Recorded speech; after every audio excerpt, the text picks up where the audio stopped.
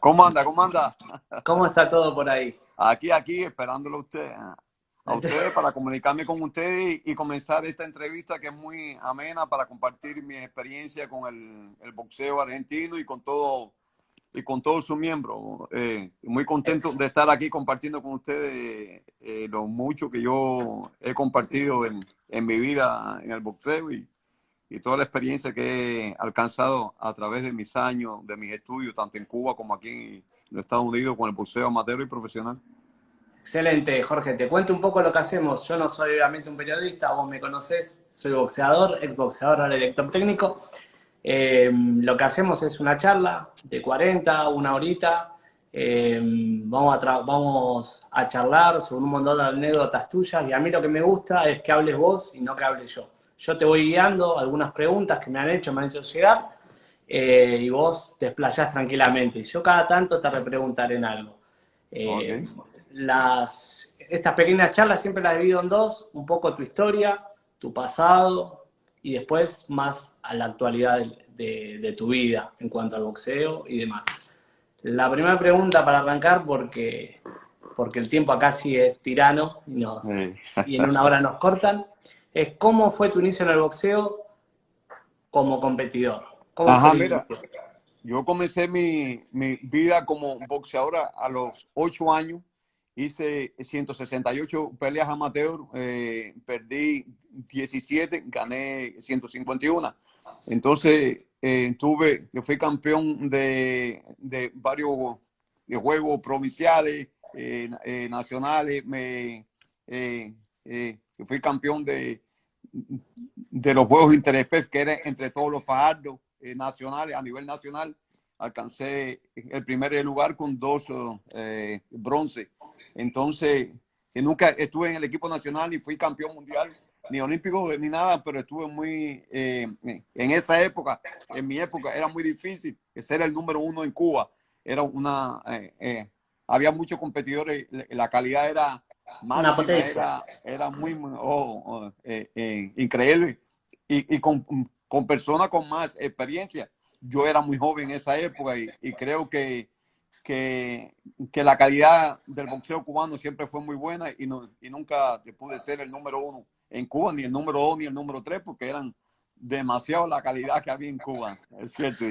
Y no, pero luego me retiré y entonces estudié mi carrera como entrenador en boxeo y entonces estudiaba como estudiante, competía como boxeador y hacía mi trabajo como entrenador en una academia en Cuba también. Entonces estuve 17 años como entrenador en Cuba, fui entrenador a nivel nacional de varias figuras que comenzaron el boxeo conmigo, que fueron campeones mundiales como Michael Romero, Richard Bayán, que fue campeón olímpico, campeón mundial juvenil.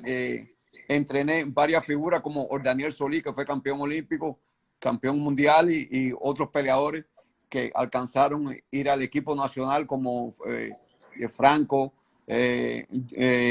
como el Rata, que le decían Rata, que estuvo en el equipo nacional de Cuba y creo que alcancé mucho conocimiento y por mi rendimiento como entrenador México eh, necesitaba un entrenador que fuera licenciado y que tuviera calidad como entrenador. Y Y entonces ahí cambiaste.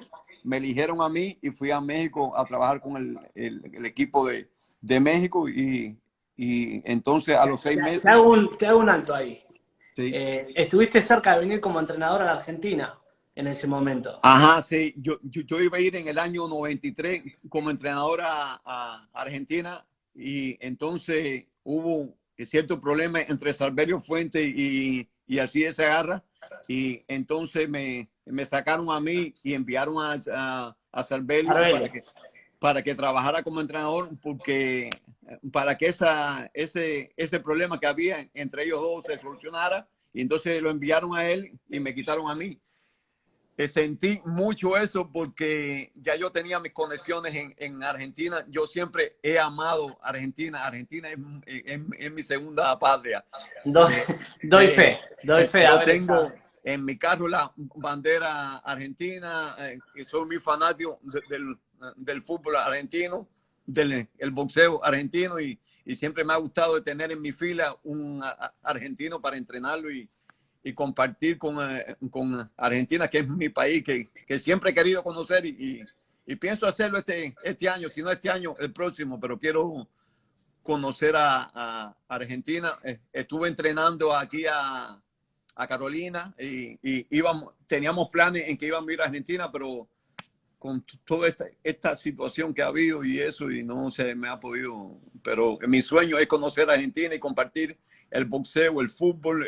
Mis dos jugadores favoritos en fútbol han sido Diego Armando Maradona y Lionel Messi en estos momentos. Aquí, aquí no, claro, tremendo. Y aunque pierda Argentina, no importa, yo soy su seguidor y soy su fiel seguidor y me gusta mucho su fútbol. Doy fe, cuando estuve por tu gimnasio me contaste. Ahora te hago una pregunta. Cuando estuviste en la selección de México, ¿qué notaste de los mexicanos? ¿Qué necesitaban?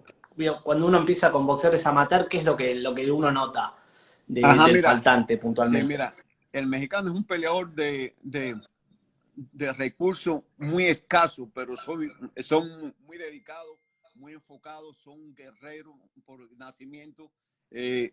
Ellos vencen todo arriba del ring. Son personas fuertes, asimilan, pegan y a pesar que no tiene esa idiosincrasia de lo que es el boxeo fino, como es el boxeo americano, que es más inteligente, mucho más en movimiento, en técnica, en defensa. Yo creo que los mexicanos, esta última, ¿cómo se llama? Generación del boxeo mexicano, se ve mucho más inteligente, mucho más técnico que la anteriormente. La anterior. Con excepción a Julio César Chávez, que siempre fue un peleador con muchos recursos. Pero creo que el boxeo que está dominando ahora es el mexicano, ha mejorado mucho, tiene muy buenos campeones y creo que a pesar que le faltaba técnica y eso, él han ido acumulando una por la invasión que ha hecho Cuba en el boxeo amateur mexicano, y creo que los mexicanos se han superado también con muchos entrenadores que han ido a Cuba también, como Nacho Beristain, que compartió mucha experiencia con el boxeo cubano, y creo que el boxeo mexicano ha mejorado mucho en todos los niveles, tanto en los pesos chiquitos como los medios, como los pesos grandes. Los pesados. Ahora, ¿y vos qué contraste ves entre el boxeador cubano y el que vos conocías, que vos entrenaste, que hiciste toda tu carrera en la isla, obviamente, y el boxeador mexicano? ¿Cuáles son? ¿Por qué son estilos tan diferentes?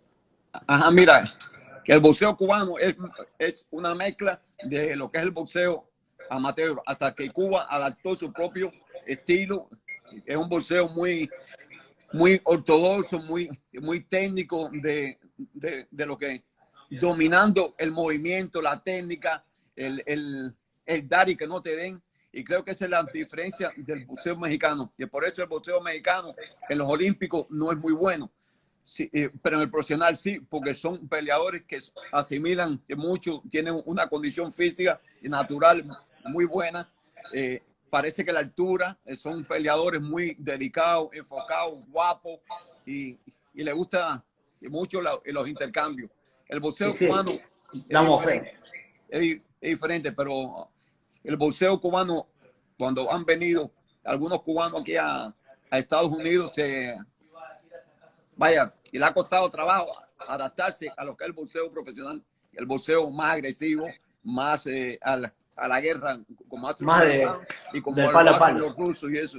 Y creo que algunos de lo han logrado, poco a poco se han ido adaptando al boxeo más profesional, y creo que lo están haciendo bastante bien, como Guillermo Riondeau con Gamboa, Dórtico o Daniel Solís y eso.